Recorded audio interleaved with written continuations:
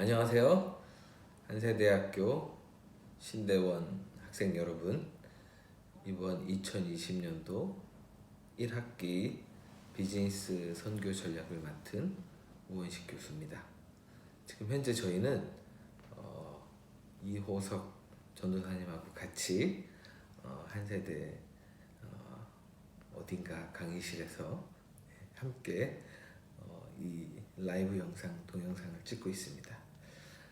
저희가 한 학기 동안 배우면서 주 교재로 쓰일 책은 퍼스펙티브스라는 두 번째 책의 문화적 관점, 전략적 관점, 이 책을 가지고 강의를 진행할 예정이고, 그리고 여러분들은 Proverb 31 성경대로 비즈니스 하기 하형록 님의 책을 읽어주시고 또 감상문을 보내주시면 좋겠습니다. 먼저는 선교 전략의 기초를 우리가 같이 잠시 나눠보기를 원합니다. 네. 간단하게 보여드리면, 선교의 기원은 중세시대에서 찾아볼 수 있는데요. 미션이란 특정한 목적을 위해 부여되는 임무라는 라틴어 미시오에서 유래된 용어로서 복음을 전하는 임무를 부여받은 사제들이 처음 사용하였습니다. 선교에 관한 데이빗 보시의 정의로 변화하는 선교라는 책에는 이렇게 정의되어 있습니다. 우리의 선교에서 우리는 성육신 하셔서 십자가에 못 박혀 죽으셨지만 부활하셔서 승천하신 그리스도를 선포한다. 그분은 성령 안에서 우리 가운데 거하시며 우리를 승전의 노획물 가운데 들어있는 포로들로 삼아 그분의 미래의 세계로 데리고 가신다. 선교는 사실 단순한 것이다.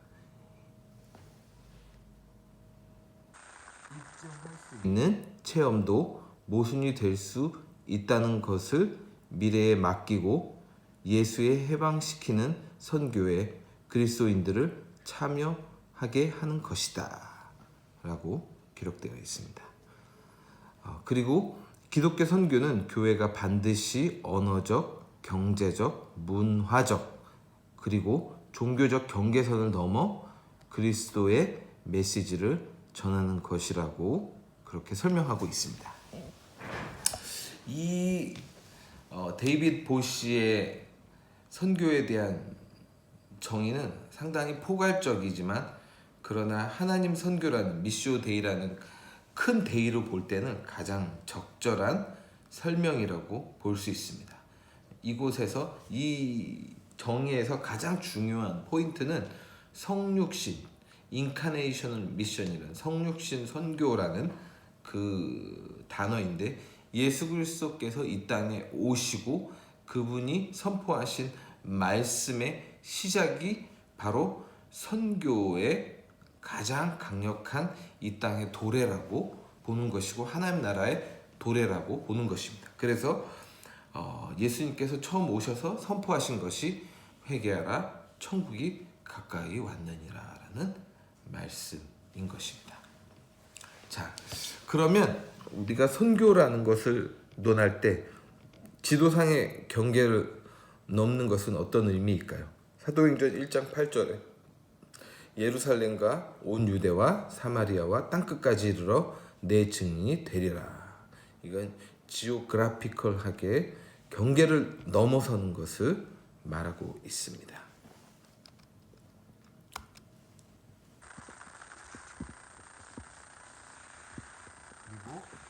두 번째는 국가적 경계를 넘어서는 건데, 인터내셔널. 마태복음 28장 19절에 모든 나라들 그리고 모든 피플 그룹, 모든 족속에게 복음을 전하라는 그 위임 명령에 근거한 것입니다. 그리고 초자연적인 경계, 슈퍼내추럴하게 모든 귀신이 점령하고 있는 땅을 자유케 하라는 마가복음 16장 15절의 말씀, 귀신을 쫓아내라는 말씀이 또 선교의 대위임 명령이라고 할 수 있습니다. 선교 대위임 명령을 또 다른 말로 한다면 Great Commission이라고 하는데요. 거기서 말하는 Co-mission, 즉 협력하는 사명이라는 뜻인데요. 그 협력하는 주체는 누구냐? 첫 번째는 하나님 선교이기 때문에 하나님의 사명이시고 그 하나님 사명에 참여하는 저와 여러분들이 그 Great Commission, 선교 대위임 명령에 함께 동역하는 주체가 되는 것입니다.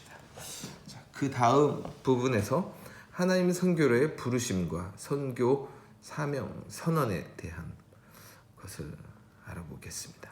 마태복음 28장 18절에서 20절에 기록된 예수님의 마지막 유언을 우리는 대위임 명령이라 부르는데 이것은 합동작전이라고도 할 수 있어서 하나님 선교의 동역자로 참여한다는 의미에서 위임된 사명이다.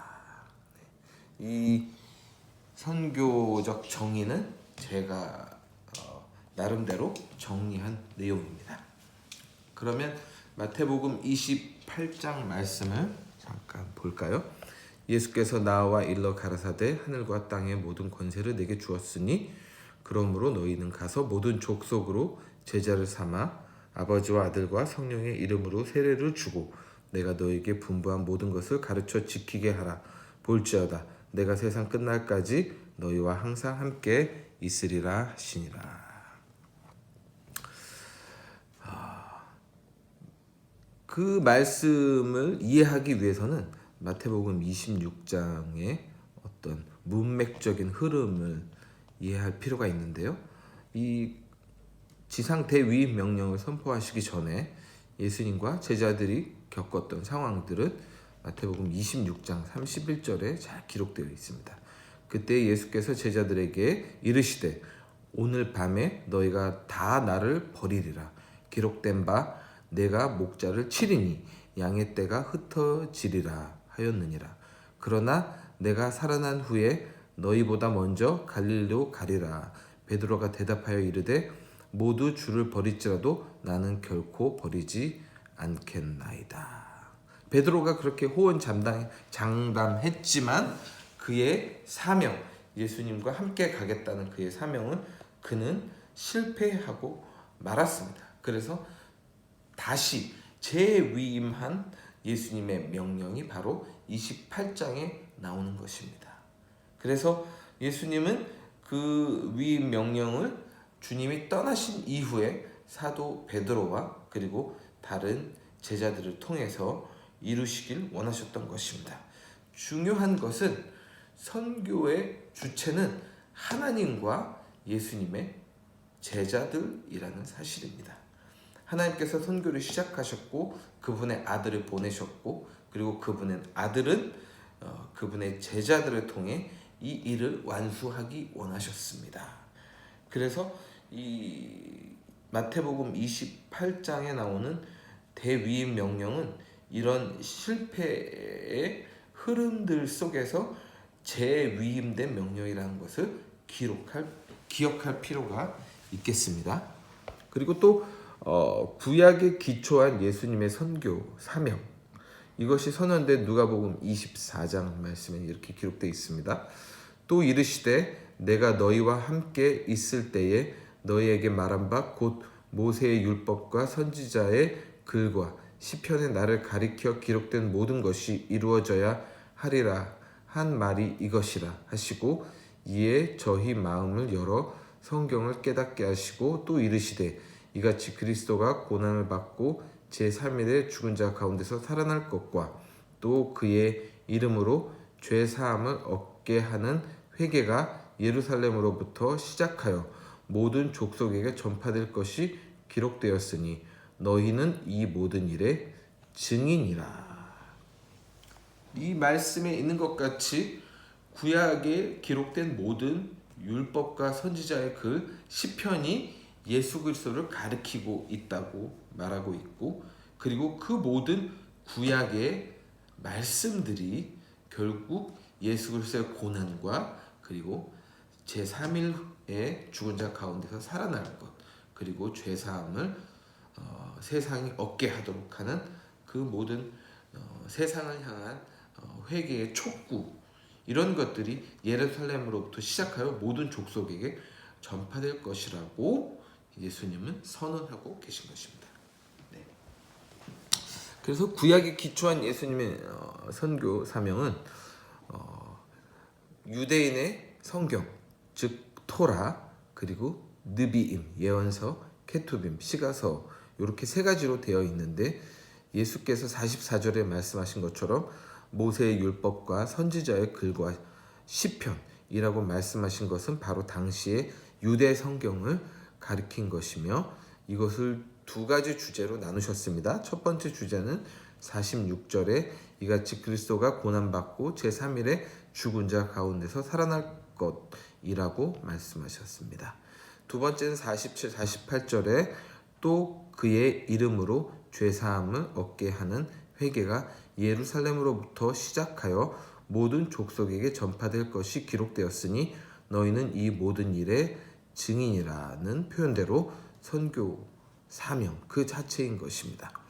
이 두 가지 주제가 바로 당시 그들이 소유하고 있었던 유대인들의 성경에 기록되어 있고, 그래서 예수께서 그 구약 성경에서 중요한 두 가지 사명을 선언하고 있는 것입니다. 네. 그렇다면 우리가 선교의 성서적 기초 그리고 선교의 학문적 기초를 이야기하고 나서 세 번째로 우리는 선교 신학에 대한 것을 좀 알아볼 필요가 있습니다. What is Mission? 이라는 책을 쓴 커크 앤드류는 이렇게 정의하고 있습니다.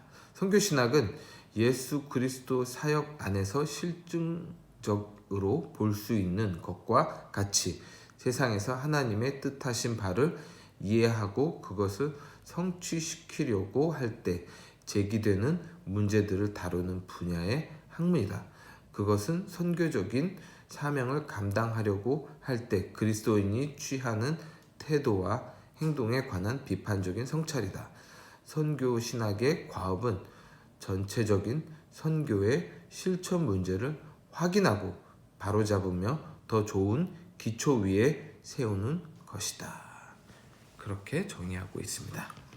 그러면 성경이 지지하고 있는 선교는 어떻게 설명할 수 있을까요? 첫 번째로 하나님은 선교하시는 하나님이다 라고 말할 수 있습니다. 두 번째로 성경은 선교에 관한 책이다. 세 번째, 교회는 하나님의 백성들이다 라고 말할 수 있습니다. 하나님 선교는 열방이 하나님을 예배하고 열방에 그 찬양이 울려 퍼지게 하는 목적을 갖고 있다고 말할 수 있습니다. 그래서 하나님 선교의 궁극적인 목적은 예배이고, 또 예배는 하나님의 선교의 확장이라고 말할 수 있겠습니다. 그렇다면 우리가 교회에서 이루고 있는 하나님 선교의 그 세부적인 사항들은 무엇일까요?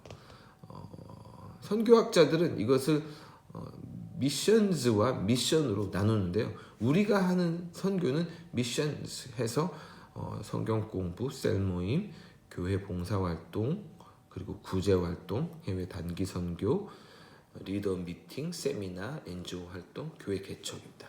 그런데 이것은 하나님이 하시는 선교, 즉 미시오 데이에 관한 것은 아닙니다. 우리가 하는 선교, our missions라고 말할 수 있죠. 우리의 수업이 선교 전략이라고 이제 결정되었는데요. 그래서 우리가 전략이라는 것을 학문적으로 따지면 이제 정책학이라고 볼 수 있는데, 그 정책학은 스탠포드 대학의 드로워 교수가 이렇게 정의하고 있습니다. 더 나은 정책 결정을 위하여 그 방법, 지식, 체제를 다루는 학문으로서 보다 효과적이며 능률적인 정책을 통하여 설정된 목표를 달성하려는데 정책학의 주안점이 있다고 말하고 있습니다. 그래서 선교 전략의 수립을 위한 3대 요소로는 먼저는 need, 필요성, 그리고 feasibility, 실효성, 가능한 실효성, 그리고 마지막으로 justification, 당위성이 이 정책 결정 혹은 전략 수립에 필요한 부분이라고 말할 수 있습니다. 오늘 저희는 아주 간단하게 선교 전략의 기초적인 부분들을 세 가지 분야로 나누어서 정책적인 부분들, 그리고 신학적인 부분들, 그리고 성서적인 부분들에 대해서 잠시 알아보았습니다. 다음 시간까지 여러분들에게 퍼스펙티브의 첫 번째 장을 읽어서 오시기를 부탁드리고, 또 시간 나는 대로 성경대로 비즈니스하기 이 책을 찾아보셔서 읽고 다음 주에 만나면 좋겠습니다. 그러면 오늘은 이것으로 마치겠습니다. 다음 주에 봐요.